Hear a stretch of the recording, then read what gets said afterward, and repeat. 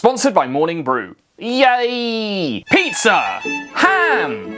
Potato toes! We can all agree that eating these delicious foodstuffs is a colossal waste of all our time. For centuries, man has looked at his plate full of delectable eatables and thought, how can I avoid this necessary and joyful human function? Well, wonder no more, because thanks to the thriving meal replacement industry, chewing is a thing of the past. From powders to pills to shakes, bars and balls, you'll never have to bother your taste buds again. But it's taken us a long time to get to this non-nutritional revolution, as the idea of eating tasteless grey mush instead of foods goes back longer than you might think.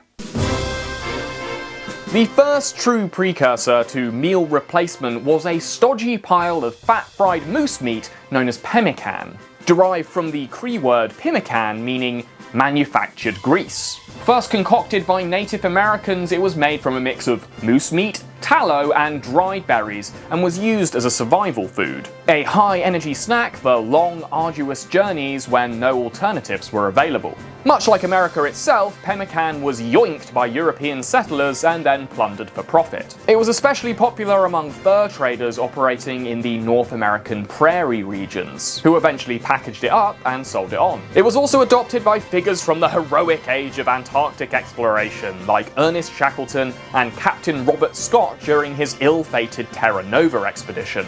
In fact, when Lawrence Oates famously declared that he might be some time before voluntarily walking to his own death in the Antarctic tundra, his team still had plenty of supplies worth of pemmican, suggesting that the choice between consuming pemmican and a horrific death by freezing was for some a toughie.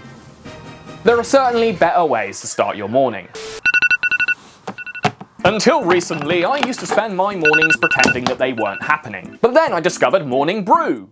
No, not that one! Morning Brew is a free daily newsletter delivered Monday to Sunday straight into your inbox. It gets you up to speed on everything in business, finance and tech in just 5 minutes. That way you have time in the morning for all sorts of activities. Traditional news is biased hog snaff for boomers and people who can't form their own opinions, whereas Morning Brew is witty, informative and relevant. They keep me in the know about which tech billionaire is moving to Texas next. Spoiler, it's all of them. They're also hot on all my favourite cryptocurrencies, which is where I dumped all their sponsorship money. Uh-oh. Luckily for me, Morning Brew is completely free and it only takes 15 seconds to sign up. Thanks Morning Brew, you're the best!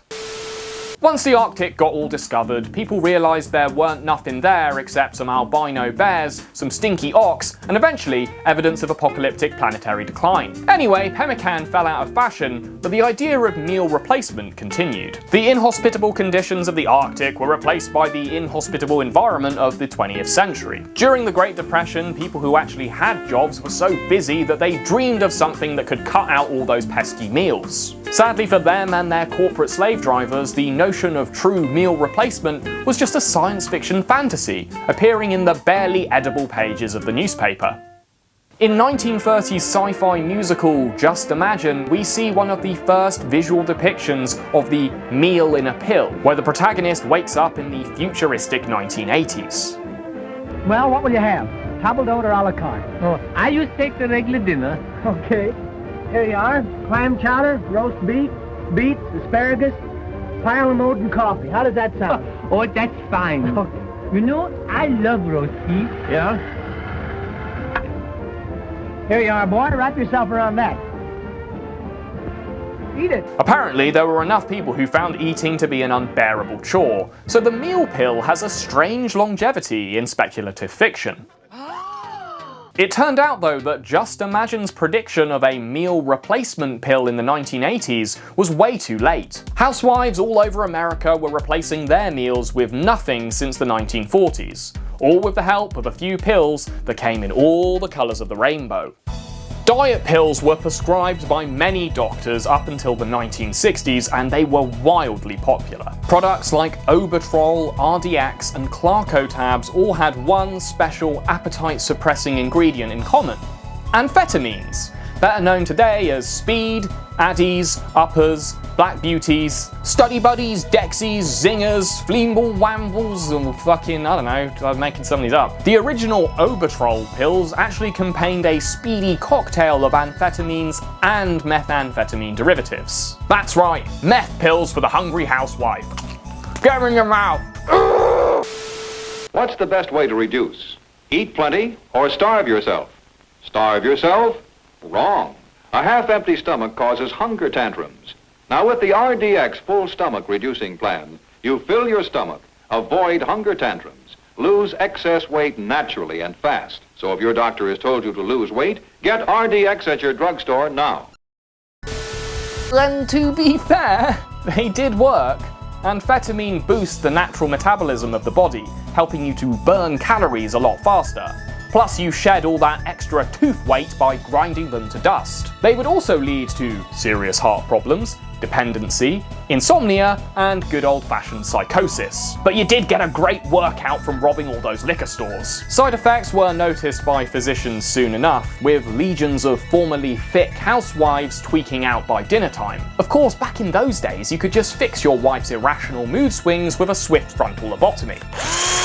But companies that were profiting from these pills did have a more humane solution. Dose your wife up with a load more pills to counteract the side effects. Clark & Clark's creatively named Clarko tabs came in an assortment of colours. This was nifty marketing and suggested to the user that they were on a personalised regime.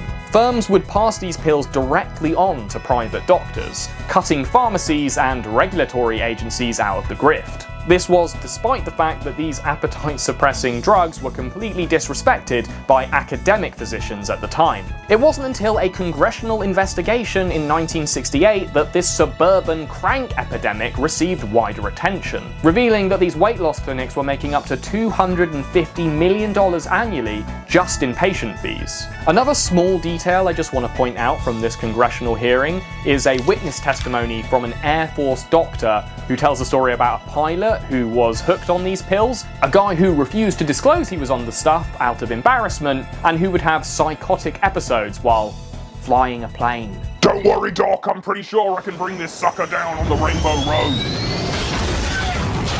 After this, diet pill mania died down, but it didn't disappear. Created by Thompson Medical, Dexatrim was the best-selling diet pill in the late 1970s, ruining everyone's fun by getting rid of all that speed and replacing it with caffeine. Boo. But they also sprinkled in a new ingredient called PPA, which was present in many other diet pills and cold remedies in the era. Unfortunately, PPA caused hypertension and strokes. Pretty serious ones too. Yeah. The only worst way to lose weight in the early 1980s was AIDS. Try peanut butter eggs. Candy. And I'm not gaining weight. I'm losing weight deliciously with the aid of AIDS. The AIDS diet plan really works. AIDS candy contains a safe and effective appetite suppressant when used as directed. Helps curb your appetite so you can lose weight. And AIDS candy has no stimulant that can make you nervous. So meal replacement needed a fresh marketing spin. One that made it feel like a treat. The answer was liquid meal replacement, also known as meal replacement shakes, after what they are and what they'll give you if you follow their diet plans. The first of these was Metrical, helping housewives drop a dress size since the early 1960s. It was originally created for hospital patients who were unable to digest solids. I mean, have you ever visited a cancer ward? Those people are trim. God. But by the 1980s, the chalky and unpleasant Metrical was demolished by Slim Fast. My husband didn't think I could lose the weight. Boy, was I wrong. The Slim Fast Pledge. Give us a week. We'll take off the weight. Coming in a variety of flavors, it was advertised with its easy-to-follow Slim Fast plan. Basically, replace 2 meals a day with one of their bowel-loosening sugar shakes. It was fantastic. In 1 week, I lost 7 pounds. 7 pounds. 7 pounds. Have 1 shake for breakfast, 1 shake for lunch, then eat a sensible dinner. Other than its pretty substantial sugar content, Slim Fast is mostly just made of whey protein isolate and milk protein concentrate, which can give you stomach aches and diarrhea. But I guess the natural way to lose weight has a better ring to it than shit yourself thin. In 1996, the EU created specific legislation to regulate the way meal supplements were advertised and manufactured. So let's look at how SlimFast markets itself in the States and in Europe as a point of comparison. Yes! For 40 years, millions of people just like you have lost weight fast with the clinically proven SlimFast plan.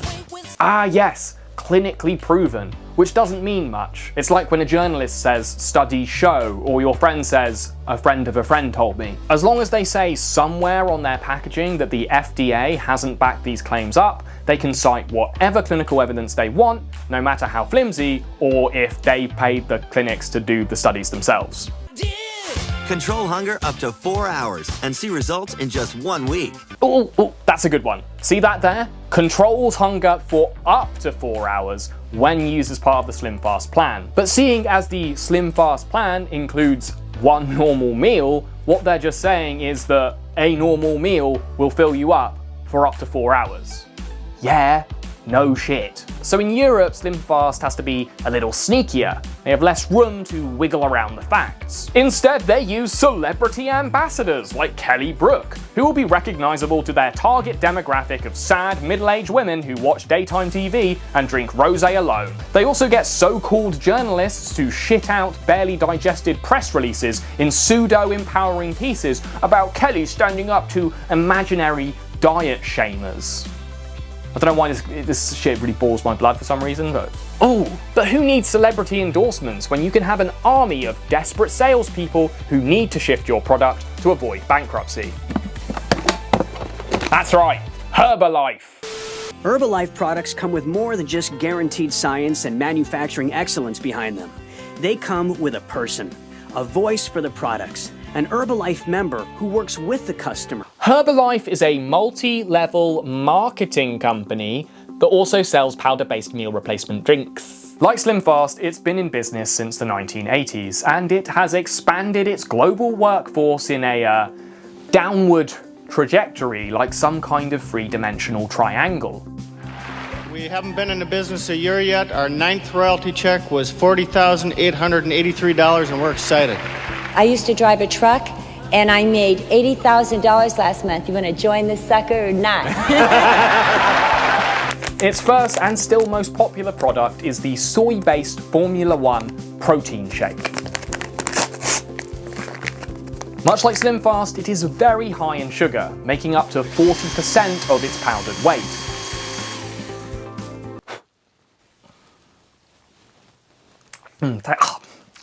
Tastes like steel. But it's different from other shit shakes because it's herbal, innit? So I got very, very excited about herbs, because one thing I knew about herbs is that they would cleanse the system. This way we could get all the proper nutrients in your system and you would absorb them because you were getting cleansed inside. But what really separates Herbalife from its competitors isn't a smattering of parsley, it's a cult of personality. Whether you're sitting out there tonight, even if you don't have 1 pound to lose or not, I guarantee you this. You get onto these products, you're going to feel better than you ever have in your entire life. I guarantee you that. That, and it's triple the price of competing brands and usually only sold in large quantities. It was actually a right ball ache to just get it in these sachets, and then it was like 20 quid for 10 of them. Yeah. People with higher budgets and staff to write their jokes for them have already taken Herbalife to task for their predatory multi-level marketing practices. But this model is really effective for this kind of company because it allows them to take no responsibility for how their independent distributors market the product. Write this down. 25% should be on telling them about the products, whatever you're going to say. 75% should be spent on telling your story and everybody else's story on how they've lost weight and how it's worked for them. Herbalife has and had a very personal culture, a cuddly sense of belonging and achievement. And today the company retains that personal and aspirational touch by spraying their product all over their target demographic's favourite Instagram personalities. Reality TV seat fillers and collagen-clogged skinfluencers monetize their bikini pics with Herbalife sponsorships. They aren't just pushing powder though, some are selling an entrepreneurial fantasy. Herbalife shillers celebrate sales milestones and brag about joining the company's coveted Millionaires Club tier, and you'll never see these weight loss journeys or aspirational goals on Herbalife's official channels. They let their independent distributors do that for them. They do this both to save themselves from legal trouble and because it seems more authentic when it's coming from someone who is ostensibly independent of the company. But do Slim Fast and Herbalife and other milkshakes like them actually help you lose weight? The answer is yes, and then very much no. Because eventually it becomes intolerable to live off milkshakes. So people end up going back to the food that made them fat in the first place. They aren't actually replacement for meals. They are just something to make starving yourself more bearable. But meal replacement doesn't have to all be about weight loss. What if instead you could hack the human gut? Not with a rusty cleaver, but with science. Reverse engineering every human's basic nutritional requirements and then cramming them into a lifeless, paper-flavored paste. Luckily for us, Silicon Valley is here to reinvent stuff that already exists and then make us pay through the nose for it through a subscription service.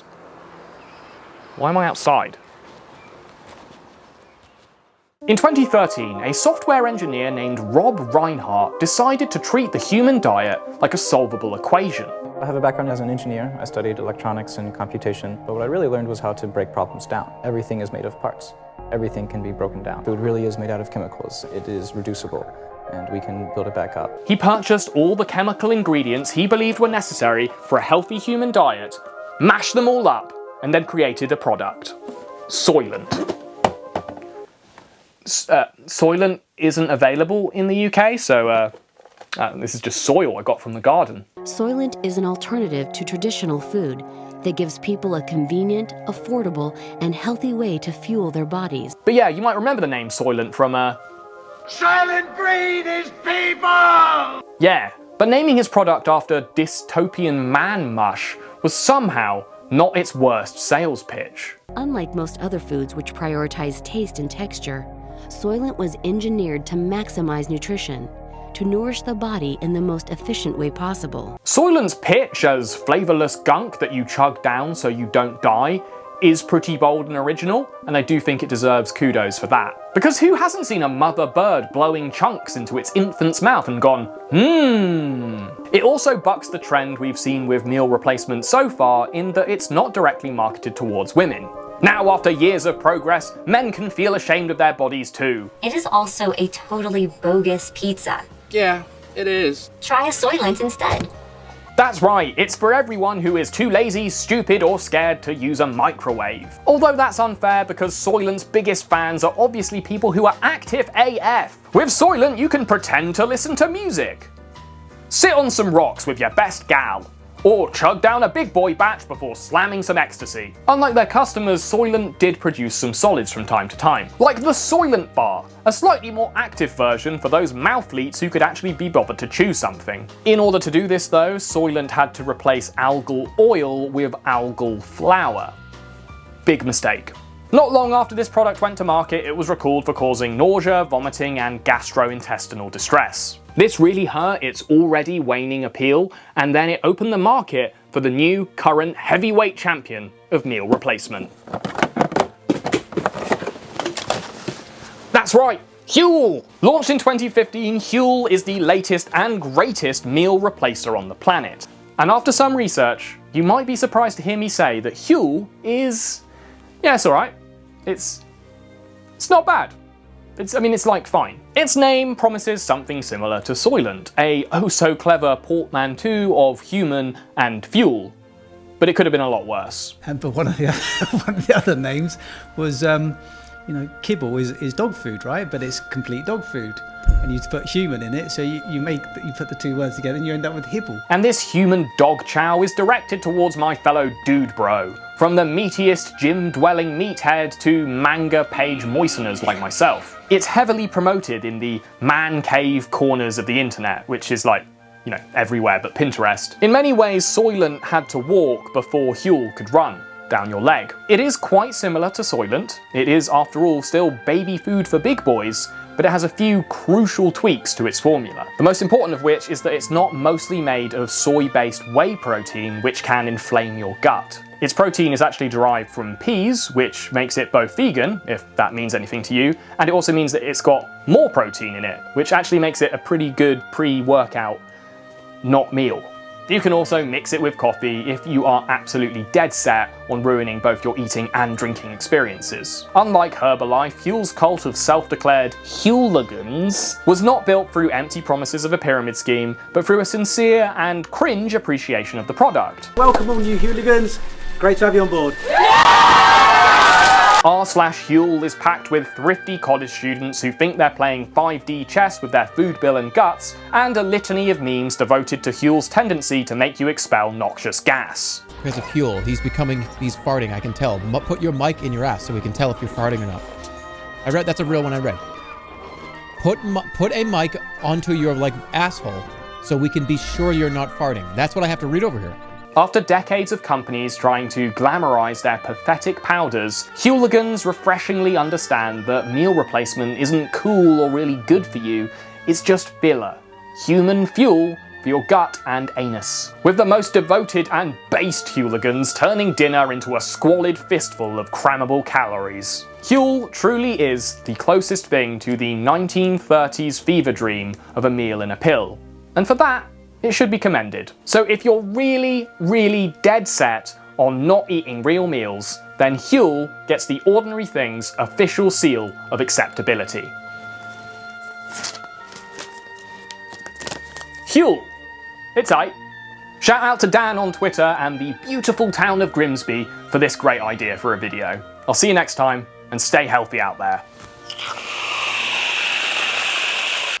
Yo! I just got done editing this video. It was a long one, but I just wanted to add this to say thank you to all my top tier patrons and all my patrons, because you guys have been supporting me in this for ages now, and yeah, I really just can't thank you enough. I am currently working on some patron only content which should be coming up in the next few weeks, so stick around for that. Alright, bye!